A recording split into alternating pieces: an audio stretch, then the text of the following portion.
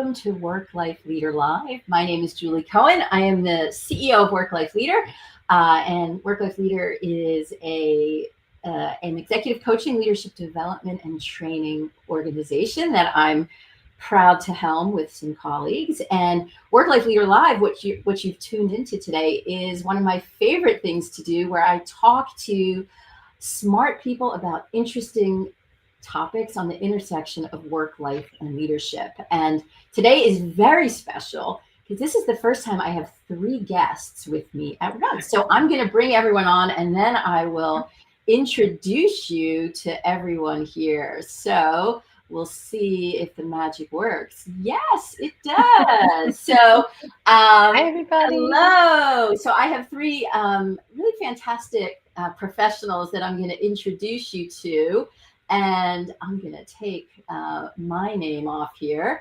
And our topic for today is organizational culture, why it matters and how you build it. And I'm talking to 3 executive coaches and consultants from a company called Culture Engine. And we'll give you more details about that later. But our guests are Marion Biglin, Miwa Camras, and Lauren Owens. And I'm going to give a brief intro before we dive into our conversation. So again, welcome, women. So first is Marion Biglin. Marion, hello.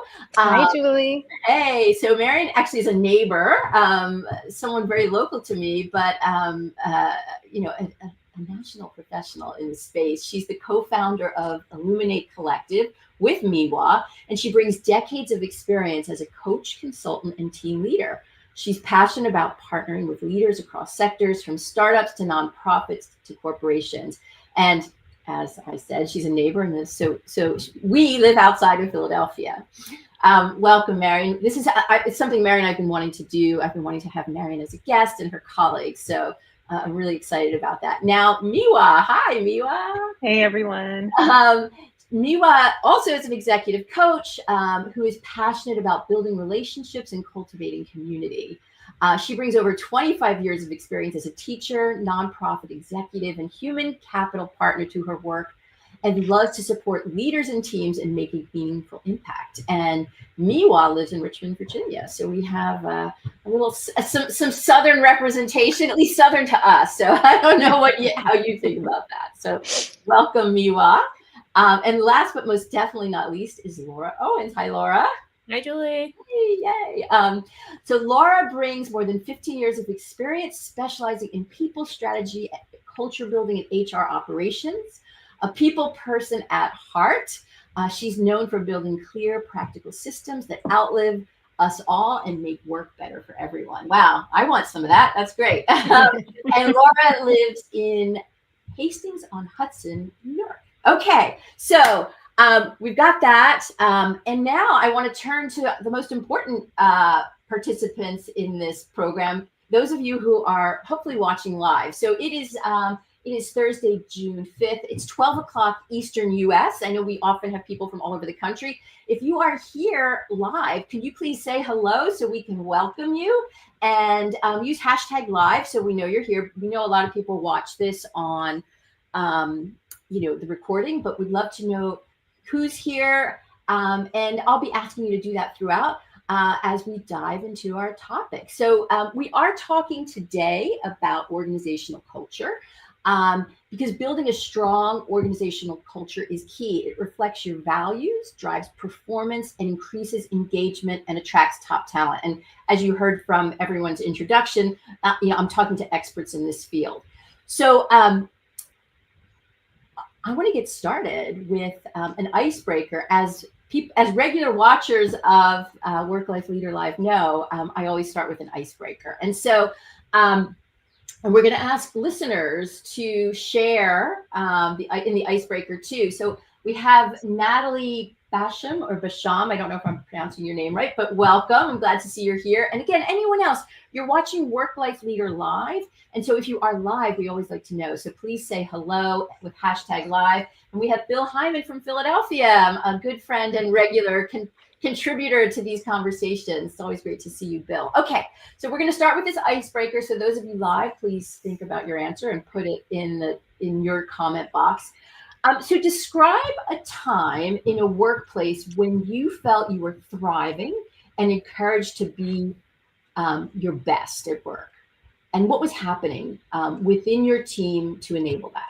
Okay, so that's the question. I'll repeat it, and then I know one of our guests is going to answer that. So describe a time in a workplace when you felt you were thriving and encouraged to be at your best at work, and what was going on. All right, so which one of you is going to share your answer?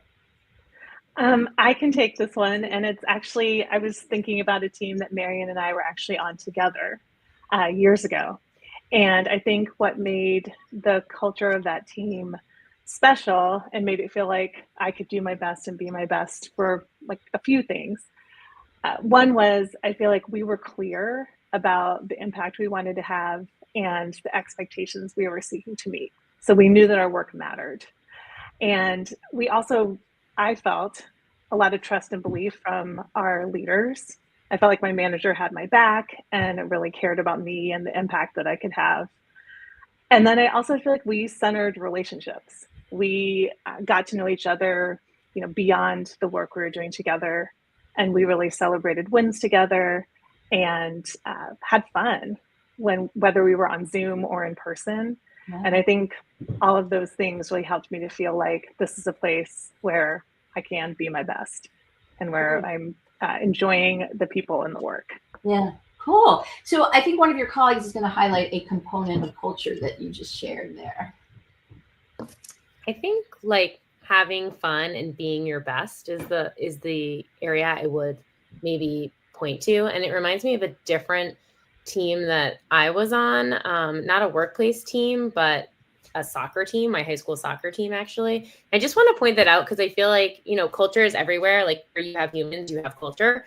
And so I think like making sure you are having fun and holding each other accountable is really important to driving your success. And on my high school soccer team, we had this motto that was like the best of the best. And that was kind of like our slogan, our motto kind of drove us. But beneath that, I think we had things like Mia was saying, like having fun, holding each other accountable, building trust, and that really helped us drive to success. That team, we actually won the sectionals, not to brag about not chasing back in the 2000s, but so. Well, I know you said not to brag, Laura, but I do think good results is really, you had really positive results. So I'm assuming, we're probably going to talk about this, that's a byproduct of a strong culture is better results, which is why you do what you do, right? Yes. I want to just go back to the audience. I don't see any specific answers. So if you have an answer, we'd love to hear your thoughts to the icebreaker, which is describe a time in a workplace when you felt you were thriving and encouraged to be at your best and what was happening. So I know that's a longer question. If you just want to share something that was happening or even like just a brief snippet on something when you were at your best at work, we'd love to hear that. So just put it in the comments and then I'll share it with the guests. And I'll share, I have a couple. Yeah, I've been actually working on my own for 25 years. So I'm going back.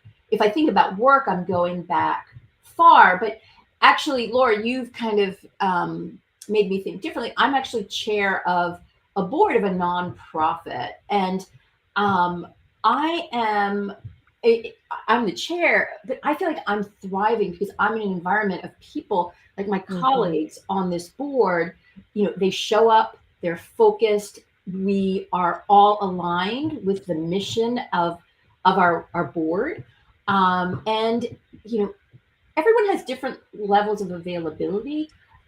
And when there's a need, people step up in the capacity in which they can serve. And so it's been awesome. So I don't know your thoughts on, if you heard anything in there that was worthy of culture, I'd be curious of your input.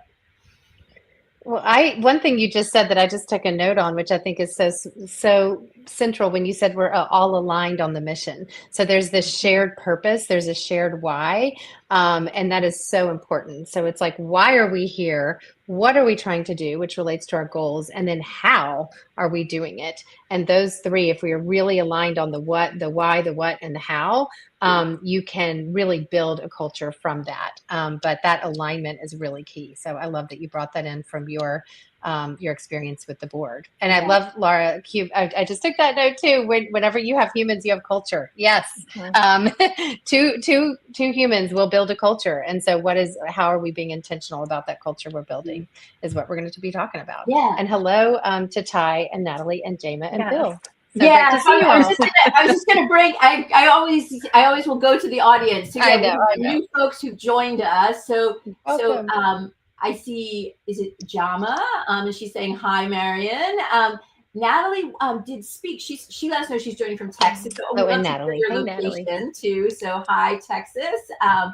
And she's benefited from Marion, Miwa, and Laura's expertise in building the culture you want versus fixing the culture that emerges. So what I'm hearing there is a culture happens regardless if you're deliberate about it or not. And again, we might be jumping the gun, but I think that's kind of that piece of when you can build a deliberate culture, you can have much more powerful results. Absolutely. Yes, I'm seeing nods. So good. Okay. So thank you, Natalie. And we see Ty and Bill actually has an example. So I'm going to read Bill's. Actually, I'll share it. We can actually show it visibly. Bill was asked to work at corporate HR for a Fortune 50 company to lead the HR transformation enterprise initiative. He felt very much valued by the executive sponsors in a stressful environment. So anyone want to give thoughts on Bill's example of when he was thriving? Well, Miwa spoke to the idea of relationships, and I hear that in that valued. Like how are you really feeling valued? And I'm curious, Bill, if you could share what did they actually do that made you feel valued? Because I think that's Great key question. in what I'm seeing there. Great question. While we're waiting for Bill to type in, want to say hi to Leanne and Hey, Rachel Domers McCarthy. Hi, Rachel. That's a nice blast from the past. So while we're waiting for Bill's answer, I want to start moving on to a couple more questions. Sure. So Miwa, I'm going to start with you. What is culture? Yes. So there's so many definitions of culture out there, and anyone who knows me knows that I like to do my research. So there's lots of ways we can answer this. But one of the things I kept coming back to was a definition that I first heard 20 years ago, and I still am hearing it today. And it's from these two management consultants from the 1980s. And they said, culture is the way we do things around here.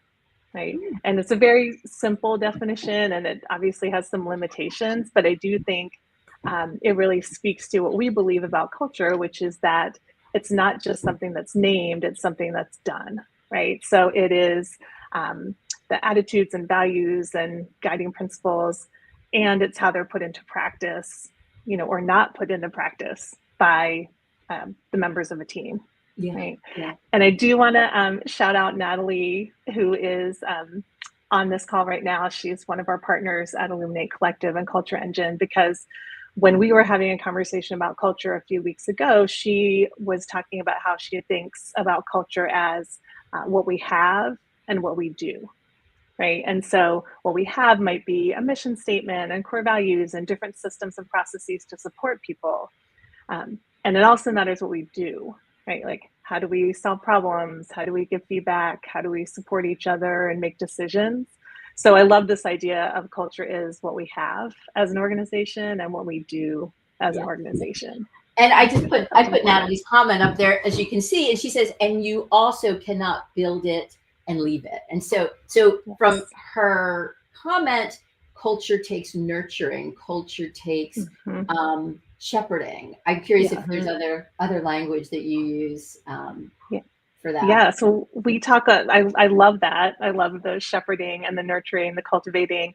We talk a lot in our manager training and development work and in our culture work about people being stewards of the culture, being culture stewards. And we really believe that everyone in an organization is a steward of the culture and a keeper of the culture. But we really believe that leaders play a particularly critical role in setting the tone and modeling and living into the culture you want to see. Yes. So whether it's shepherd or steward or cultivate, yes, you need to make sure that you are making it happen and show up in the day to day. Yeah.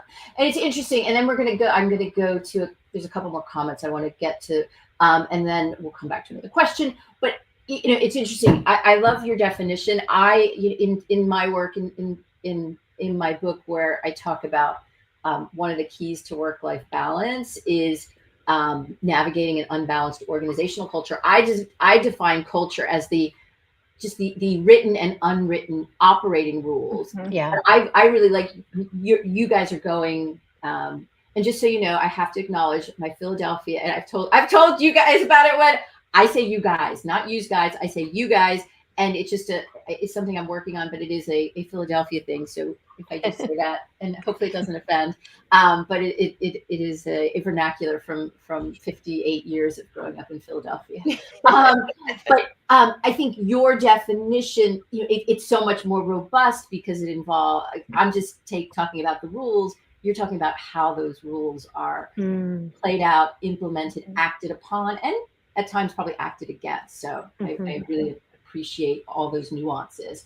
So I want to go back to Bill because you, Marion, asked a question. So Bill's response of what made that experience that he was, that he felt positive is provided ongoing positive feedback and opportunities for growth. The sponsors felt more like partners versus reporting to sponsors.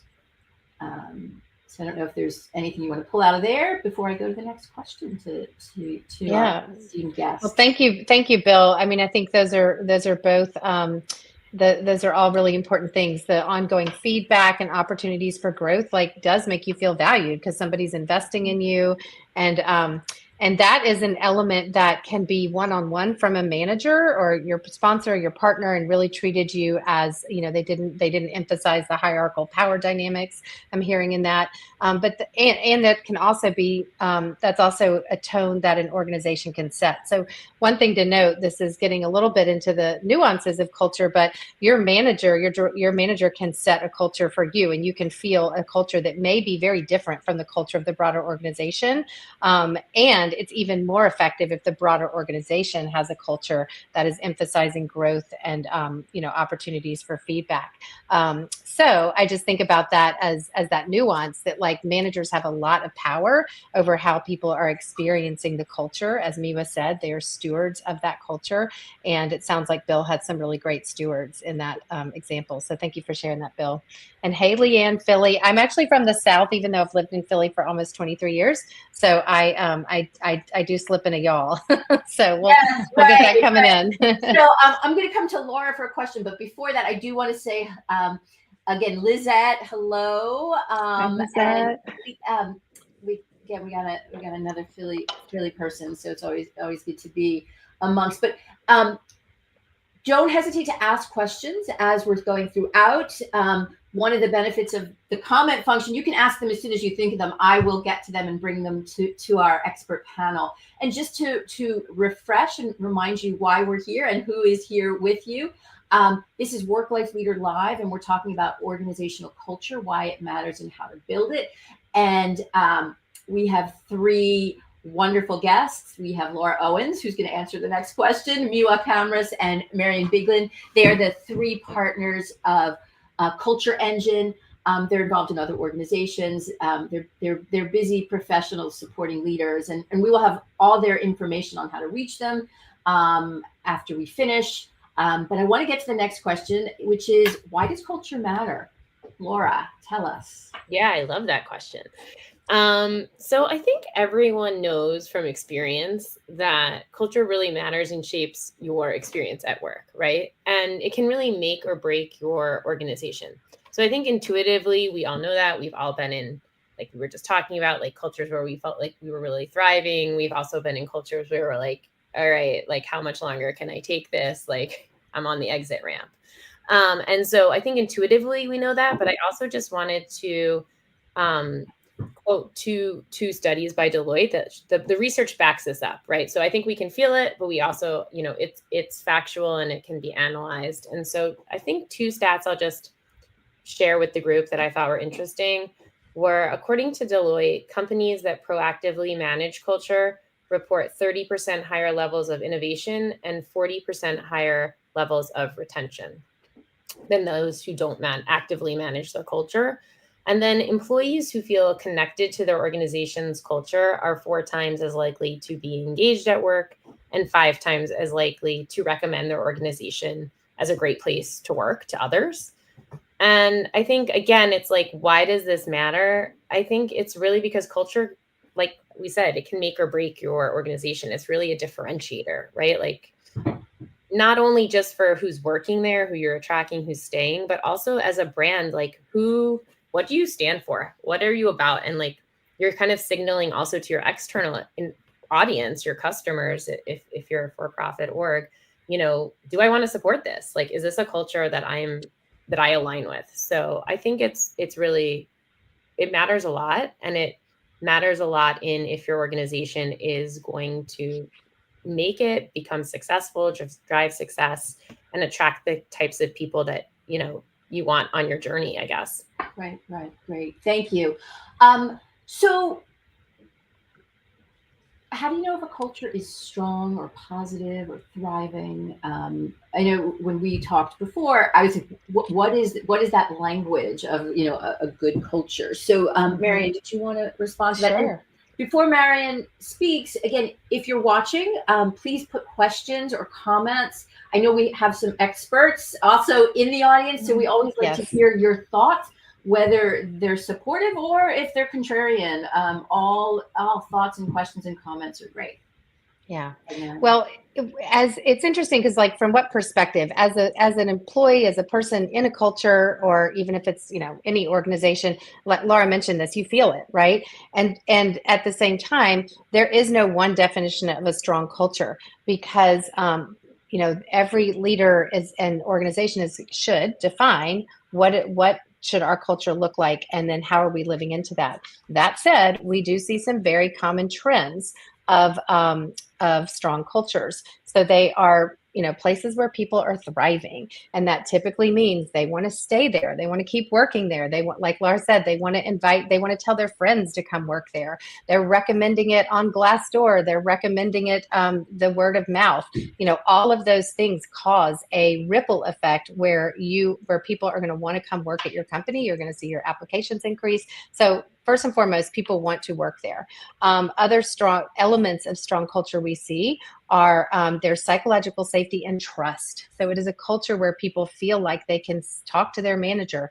Bill talked about a feedback culture. They can take feedback and feel like it's not weaponized. It's actually coming from a place of wanting to support them to learn and grow versus being, punitive. So it's a place where you feel like feedback is welcome and you feel like you can give upwards feedback to your manager or sideways feedback without any kind of repercussion. So we call that psychological safety, right? You can actually be safe to name when something is off. And that's a really sign of a strong culture. We all may have heard of that example of like Toyota created it's a very famous example of Toyota created a culture where they really taught people how to, say there's something wrong with the assembly line, and that, prevented deaths of people, from faulty cars. So there's real high stakes to having this kind of strong culture. Some other elements we see, there's role clarity. People know what to expect, and they know what that means for what success they're going to be held accountable to. And again, going back to that why, what, and how that we talked about in the beginning, when you are aligned on why we're doing things and what the goals are, what success looks like in terms of performance, strong cultures also hold people accountable to how they do it. So the values, how are we living our values? And so that's really important too, because when you are holding people accountable by building your values expectations into your performance review, for example, you are signaling that this is expected and we mean it. It's not just a poster on the wall. It's not just lip service. So strong cultures do that. And they recognize success and reward it. And then Bill talked about this, the opportunities to learn and grow. I will say real quick, I know I've talked a lot, but it's if you are a leader and you're trying to figure out how do we have a strong culture, ask your people in check-ins, ask your people in surveys, and get the real-time feedback. Yeah. And then finally, there's no one strong culture. Okay, sorry, that was long. You said a lot. I know I did. There's a comment that I want to get to. So Lizette said, yes, a culture is real-time 360-degree feedback, not just during review cycles. So that's it's the pulse. So you could get really that's a good way to say it. Rachel Domers McCarthy has a question.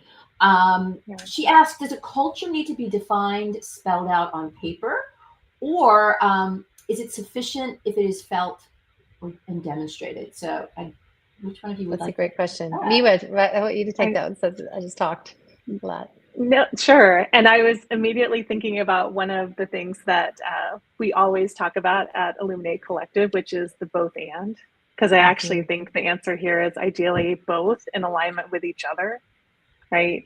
Because if there's a misalignment between what we espouse our culture to be and what people's experience actually is in the day-to-day, then that's not healthy and productive, right? And I think we also talk a lot about actually something that I think is a theme of the Management Center, which is a great organization that provides manager training and development, this idea of making the implicit explicit. And so I think if you can define the culture that you want, right, and create a kind of shared language around that in terms of the core values you establish and the ways you're talking about your work, and you're also seeing people actually demonstrate that, that's the ideal, right? And so I do think if there can be a both and there of we've defined culture, we've created a shared language around it, and we're also encouraging and holding folks in shared responsibility for then demonstrating that. I don't know if Lauren, Marion, if you have other thoughts. Did you want to add anything, Laura? Good. Okay. Just summed it up. Yeah. So I just want to pause again to reintroduce our great panel here. These are three professionals from an organization called Culture Engine that will be sharing, and we have Marion Biglin, Miwa Kamras, and Laura Owens. And we're talking about organizational culture and why it matters. I have a bunch of questions, but we always want to hear from those of you who are watching. If you're watching now on Thursday, June 5th at around 12:30 Eastern, you are watching live. So this is a chance to get these experts to respond to questions you may have. So please share your question in your comment box, regardless of what platform you're looking at, and I'll be able to get that to them. So I'm going to jump around in our order a bit because Laura, I'm going to ask you the next question. Your company logo, so Culture Engine, which again we'll be sharing the website. The logo is a rocket. So what made you choose that image for your company? Yeah, I love that question. Our company logo is a rocket and our tagline is people powered. And we really feel like people are powering your organization to achieve your goals, but the culture is really the engine. It's really the mechanism by which propels you forward. So that is why we chose that image. We wanted to get that visualization of, people are powering your work, and the culture of your organization is really what is going to either launch you or not launch you forward. Marion or Miwa, do you want to add anything to that? Well, and this, I would just say we thought of Culture Engine because of a recent client that really inspired the idea of Culture Engine, and because we worked with a startup, and we worked with a startup for over 3 years. We're still doing projects with them, but the really we came in with their founding team of 11 people and helped them define their culture and help them build trust. The 11 people did not necessarily all know each other. They were coming together for the first time, about to launch a big initiative with their startup. And their leader wisely knew that if they didn't define a culture together, their one would come. And so he wanted it to be a culture that they created together and had shared investment in that would drive the success of the company. And we saw that happen. It was a real honor and joy and just a blast to like work alongside with them to help them create that culture. And that is where the idea of Culture Engine was born, because it really is the thing that, as Laura said, will make or break you from launch. So that leads us to, I think, the next question that's you've already started answering it is, if an organization or a leader is committed to building a strong culture, where do they start? And what are the foundations of culture? And Miwa, I think you were going to talk to that. Sure. Yes. I would say, like, first and foremost, any leader is going to want to start with yourself, right? Because as we said before, leaders really set the tone.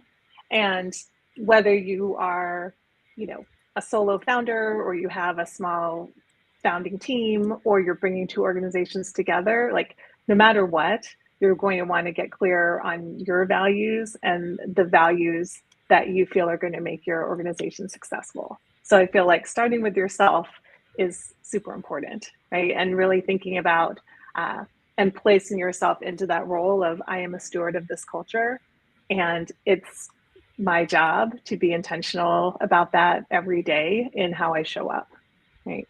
And then in terms of foundations of culture, I mean, we've alluded to this multiple times now, but we do definitely start when we're working with organizations with the core values, either help supporting the creation of core values if an organization doesn't have one, or helping an organization to revisit and reground in their core values, because we really believe that, those are the touchstones and the guiding principles for all of the decisions we make, all the actions we take as an organization. We also would do work on setting up group agreements, just how are we going to work when we come together, how are we going to operate, and work on different systems and processes related to decision-making, feedback, people development. But all of that is driven by what values the organization is grounded in and what matters to that organization, and what do we want to make like the fabric of the work.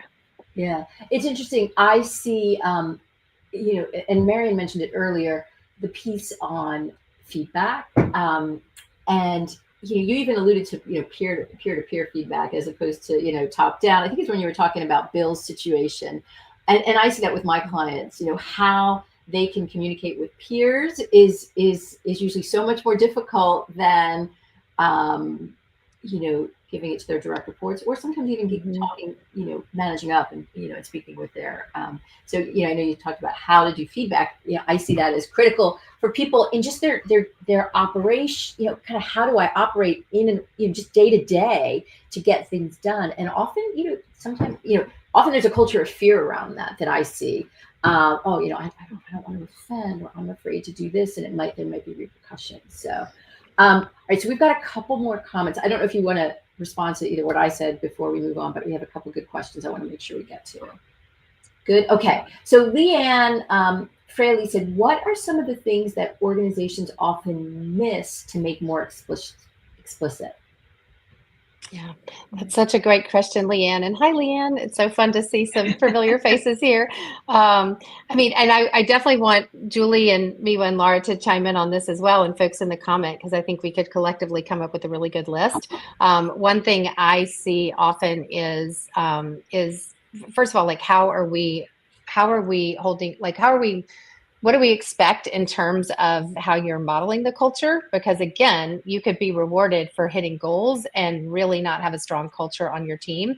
And if the organization's rewarding that, then we're just saying we really don't care about culture, right? So how are we from the beginning, clear expectations? These are our values. We expect you to live them, and it's going to be in your performance review. So I think making it very explicit of how you will be kind of held accountable to modeling the culture. Another thing that's a little more micro that comes comes to mind is, but it's very important, is decision making. Who is making decisions? How are we making decisions? Who has, and that can really make culture feel really shaky if you're not kind of sure like where, things are. So that's a, but I'd love to hear from Miwa and Laura and Julie and audience. Like, what are things that you've seen? Well, it's interesting. The issue of values and expectations, very critical.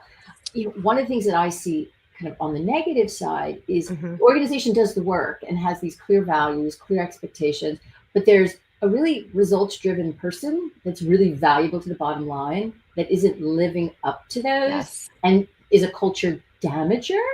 Yes. And yet the organization is, oh, they're too valuable. And that's often, as an executive coach, oh, I get called in, oh, we've got to fix this person because they can't do this and they're damaging all the people around them. And I'm fortunate now, I'm like, no, I don't coach those people. But, I'm that's kind of like, to me, like one of those. Like a pitfall. Yeah, it's a pitfall. But the other issue is, you need organizational, I think of courage. Like, you have to have courage to be able to address even someone who's a strong performer if they can't uphold the culture and are causing damage. That's something that can be overlooked. Right. And are they actually a strong performer in your organization if they are causing damage in terms of relationships and adhering to the values, right? So yes, I think that's exactly right. It's saying, part of being part of this organization and an expectation is also around the way that you're showing up, the way that you're building a relationship, the way that you are living into the core values, and maybe expanding that definition of who's a strong performer, who's a strong contributor to this organization. I think it would be really important. Yeah. Well, this actually leads us to another question from someone who's watching. John said, what is the role of senior leadership in creating culture, particularly in an existing organization that already has a culture of some sort, by intention or not? Yeah. I mean, I would say that it is critical because senior leaders are modeling the culture, holding everyone that they manage to that culture, and people are looking up to the senior leaders to say, you say that this matters, but what are people really doing, right? From going back to that definition of culture, it's how we do things around here, not what we say we're doing. It's like actually how we're doing it.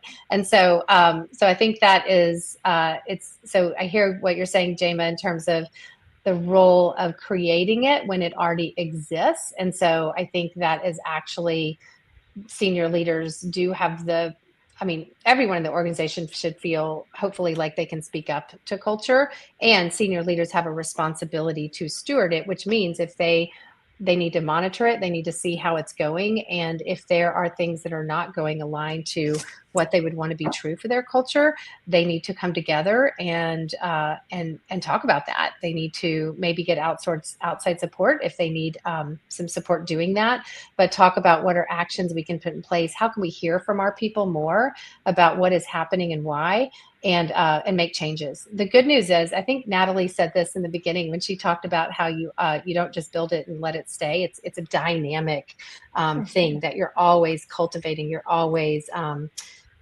I keep using my hands like this. You're always kind of molding it and stewarding it.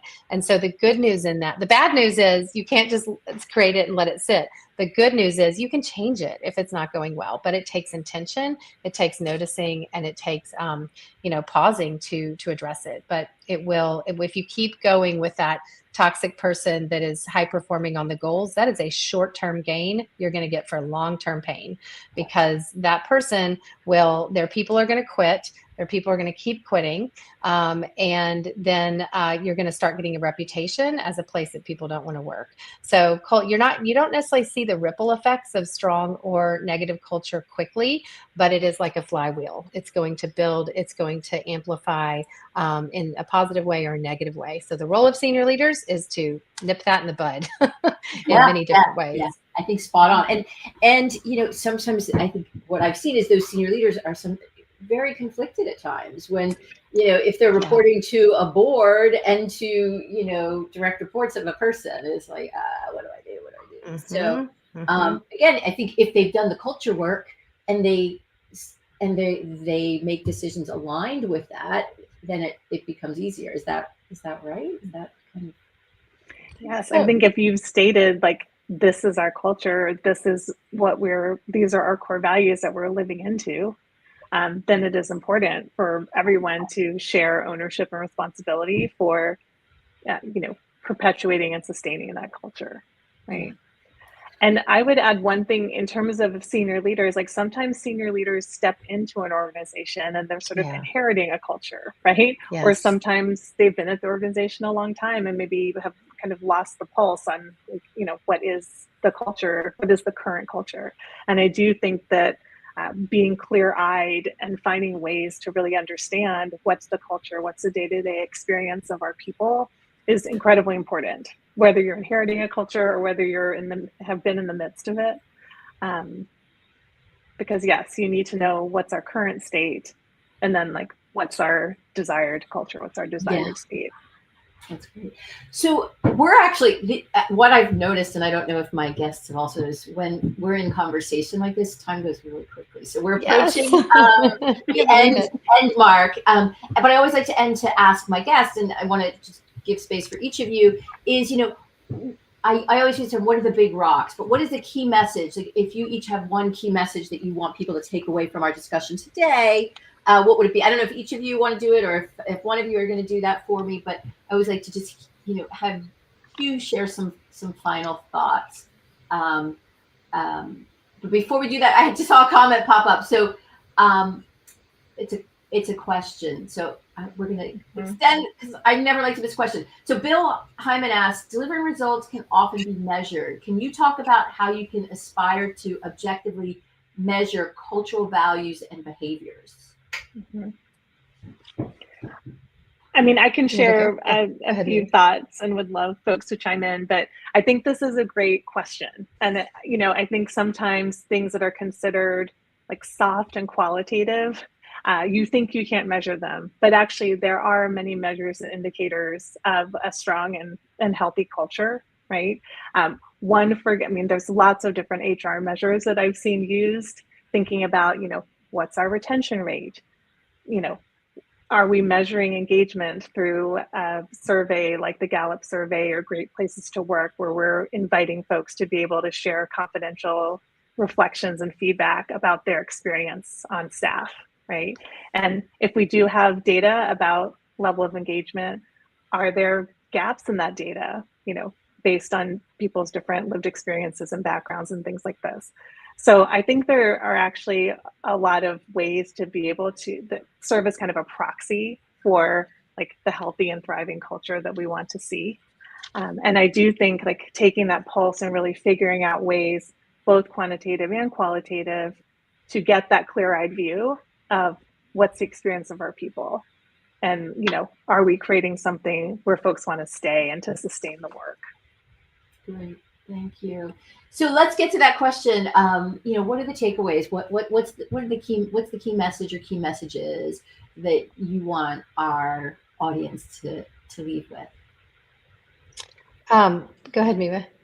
I was just going to say, I can share one that I know we talk about a lot and that we've named on this call, but want to make sure we name again, is that culture is going to happen whether you are intentional about it or not.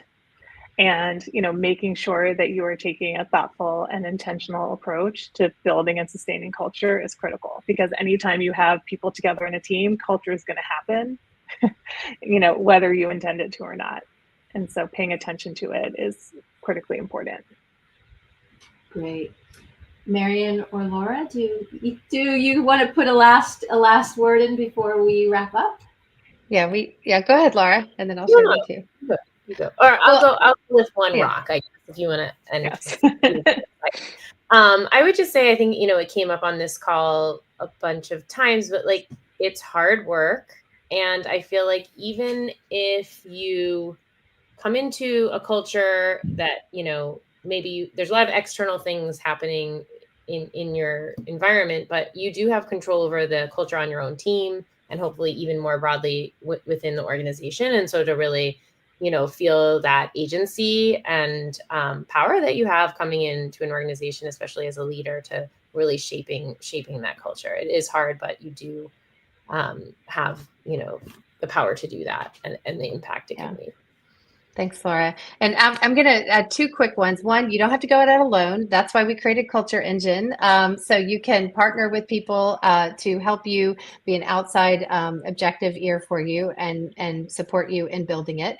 And two, I want to shout out Laura Cover, who was the manager of that great team Miwa spoke about earlier, who is one of our colleagues and friends. And she just posted an article that I love this, and I want to share this as a takeaway. Strong cultures don't depend on budgets. They depend on shared rituals and shared values.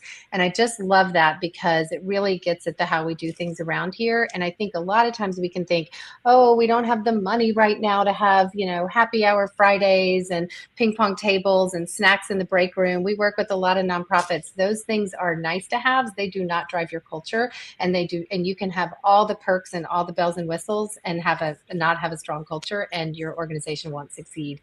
So just remember that culture drives success, and it drives the joy at work. Let's have more of that, and you don't have to have a strong budget to do it. So I want to end with that takeaway. Yeah, well, thank you. So a couple loose ends.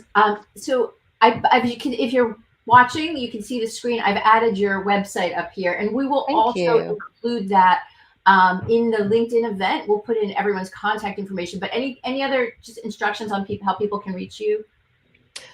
You can book a chat with us on that website link. We have our Calendly up there. You can also reach out to us on LinkedIn, and we'll get back to you right away. So we can't wait. And as I said, on this event stream, where everyone RSVP'd to, we'll put all that information. Great.